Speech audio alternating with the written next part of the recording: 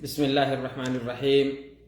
الحمد لله رب العالمين والعاقبة للمتقين والصلاة والسلام على خاتم الأنبياء والمرسلين نبينا محمد وعلى آله وصحبه ومن تبعهم بإحسان إلى يوم الدين. أما بعد، قال الله تعالى في القرآن الكريم: أعوذ بالله من الشيطان الرجيم، قل إن كنتم تحبون الله فاتبعوني يحببكم الله ويغفر لكم ذنوبكم والله غفور رحيم. معزز ناظرین، اسلامی بھائیوں، عزیز ساتھیوں، محترم بزرگوں، مشاہدین کرام، اسلامی ماؤں اور بہنوں، تمام قسم کی تعریف، بڑائی، کبریائی رب ذوالجلال کے لائق و سزاوار ہے، جس نے کائنات کا وجود بخشا. بے شمار درود و سلام نازل ہو پیارے حبیب جناب محمد رسول اللہ صلی اللہ علیہ وسلم پر، جو پوری دنیا کے لیے رحمت اور رشد و ہدایت بن کر تشریف لائے. مشاہدین کرام، آج کے اس مختصر سے وقت میں، آج کی اس نشست میں، جس موضوع کے تحت میں آپ کے سامنے چند باتیں عرض کرنے جا رہا ہوں، وہ اس آج کے موجودہ مہینے کے متعلق، جو مہینہ آج عربی کیلنڈر کے حساب سے سایہ فگن ہے، وہ مہینہ ہے شعبان. اور اس شعبان کے مہینے کے بعد ہی جو چاند نظر آئے گا، وہ مبارک مہینہ رمضان المبارک کا مہینہ ہوگا.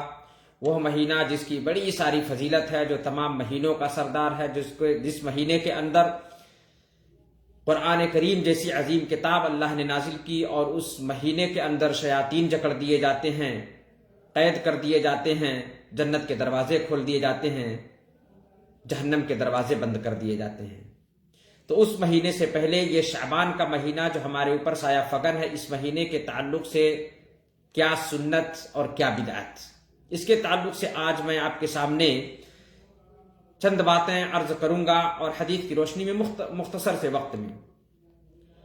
یقیناً اللہ رب العالمین کی اطاعت اور پیروی، نبی پاک صلی اللہ علیہ وسلم کی فرما برداری ہی میں نجات ہے. اور ایک مومن کے لیے، ایک مسلمان کے لیے، اگر ایسا عقیدہ نہ ہو تو وہ اسلام سے باہر ہو جاتا ہے. اللہ اور اس کے رسول صلی اللہ علیہ وسلم کی پیروی، آپ صلی اللہ اور اس کے رسول کی اتباع اور اطاعت، یہ لازم ہے ہر مسلمان کے لیے، ہر مومن کے لیے. ایمان کی شرط ہے، اگر یہ نہیں تو ایمان نہیں. اور ہر مومن اللہ اور اس کے رسول صلی اللہ علیہ وسلم سے محبت کا دعویٰ بھی کرتا ہے. بالخصوص پیارے حبیب جناب محمد رسول اللہ صلی اللہ علیہ وسلم سے محبت اللہ سے محبت ہے. اللہ کے نبی صلی اللہ علیہ وسلم کی پیروی، فرما برداری، اللہ رب العالمین کی پیروی اور فرما برداری ہے. اللہ تعالیٰ نے قرآن کریم کے اندر کہا کہ اے نبی، آپ کہہ دیجئے ان کنتم تحبون اللہ، اگر تم سچ مچ اللہ سے محبت کرتے ہو، فاتبعونی، تو میری پیروی کرو، یعنی نبی پاک صلی اللہ علیہ وسلم کی پیروی کرو.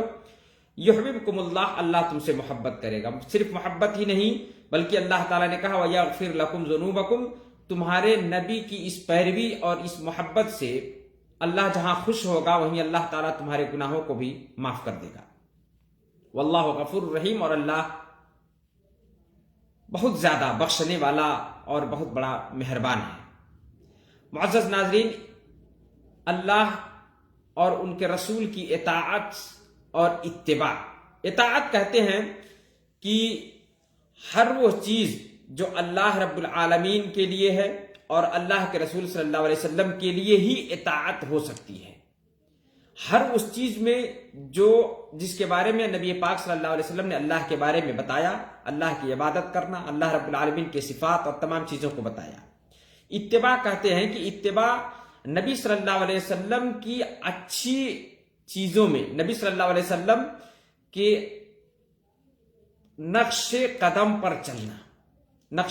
پر چلنا اور اچھے طریقے سے چلنا، اس کو اتباع کہتے ہیں.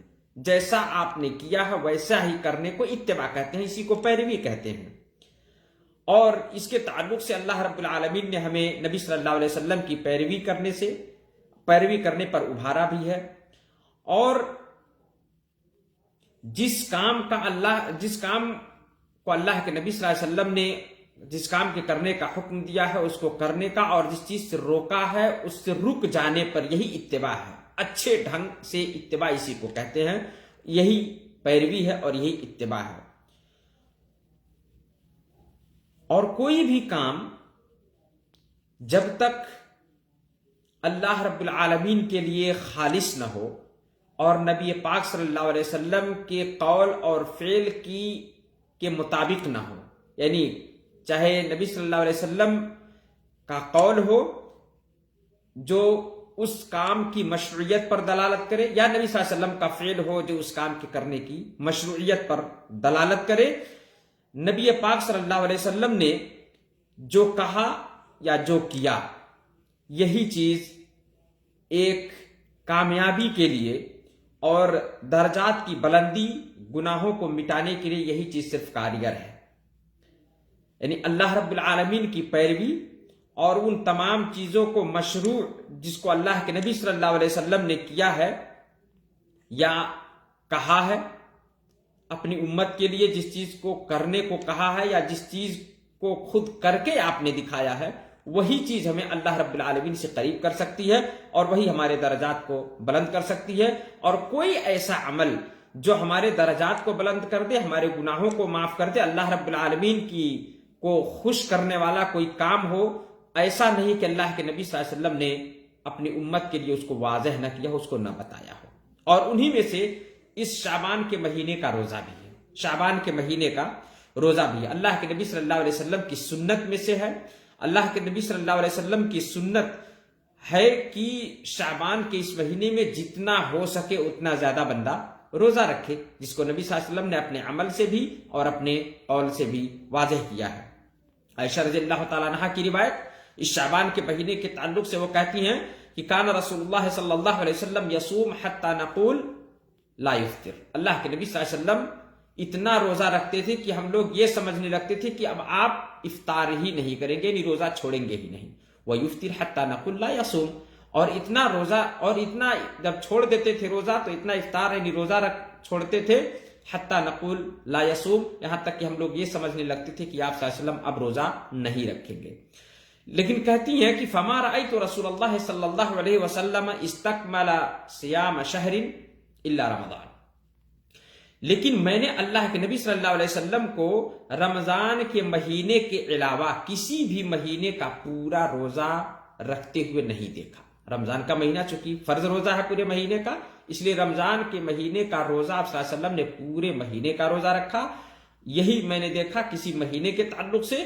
اور کہتے ہیں کہ وَمَا رَأَيْتُهُ أَكْثَرَ صِيَامًا مِنْهُ فِي شعبان، اور میں نے شعبان کے علاوہ رمضان مہینے کے بعد شعبان مہینے کے علاوہ کسی مہینے میں جتنا آپ شعبان میں روزہ رکھتے تھے اتنا کسی اور مہینے میں آپ نے روزہ نہیں رکھا۔ یعنی کثرت سے شعبان میں جو روزہ آپ رکھتے تھے رمضان کے علاوہ رمضان کے بعد شعبان کے علاوہ کسی اور مہینے میں کثرت سے روزہ نہیں رکھتے تھے۔ بخاری کی روایت 1969 اور مسلم شریف کی 1156 نمبر کی روایت ہے۔ معزز ناظرین، اسلامی بھائیوں اور عزیز ساتھیوں، اس حدیث کی روشنی میں یہ معلوم ہوتا ہے کہ یہ شعبان کا مہینہ بڑی اہمیت کا مہینہ ہے۔ خصوصی طور پر خصوصی عبادت روزہ جیسی عبادت اس مہینے کے اندر نبی صلی اللہ علیہ وسلم کثرت سے رکھا کرتے تھے۔ روزہ اور صوم اس مہینے میں کثرت سے رکھتے تھے۔ اور اس شعبان کے مہینے میں روزہ اور شوال کے مہینے میں روزہ، چونکہ اس شعبان کے بعد رمضان کا مہینہ آئے گا جس کا پورا روزہ فرض ہے، اور اس کے بعد پھر شوال کا مہینہ آئے گا جس میں بھی نفلی روزے نبی صلی اللہ علیہ وسلم رکھا کرتے تھے۔ تو فرض نماز سے پہلے اور فرض نماز کے بعد سنت مؤکدہ کی حیثیت یہ روزے رکھتے ہیں۔ شعبان کے مہینے میں نفلی روزہ اور شوال کے مہینے میں نفلی روزہ فرض نماز سے پہلے جو سنت مؤکدہ ہے اور فرض نماز کے بعد جو سنت مؤکدہ ہے اس کی حیثیت رکھتے ہیں۔ یعنی رمضان کے مہینے کے فرض روزہ سے پہلے شعبان میں روزہ رکھنا اور رمضان کا فرض روزہ رکھ لینے کے بعد شوال میں روزہ رکھنا، جو فرائض میں واقع اور کمی اور خلل کو پورا کر دیتے ہیں۔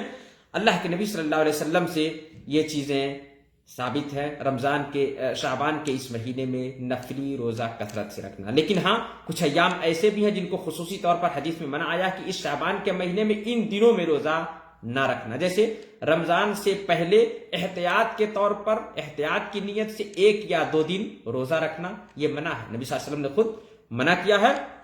ابو داؤد جو بخاری کی روایت ہے، اسی طرح سے مسلم شریف کی روایت ہے، ابو ہریرہ رضی اللہ تعالیٰ عنہ کی، کہتے ہیں کہ اللہ کے نبی صلی اللہ علیہ وسلم نے کہا کہ لا يتقدمن احدكم رمضان بصوم يوم او يومين الا ان يكون رجل كان يصوم صومه فليصم ذلك اليوم. بخاری کی روایت، اللہ کے نبی صلی اللہ علیہ وسلم نے کہا کہ تم میں سے کوئی بھی رمضان سے پہلے 1 یا 2 دن کا روزہ نہ رکھے.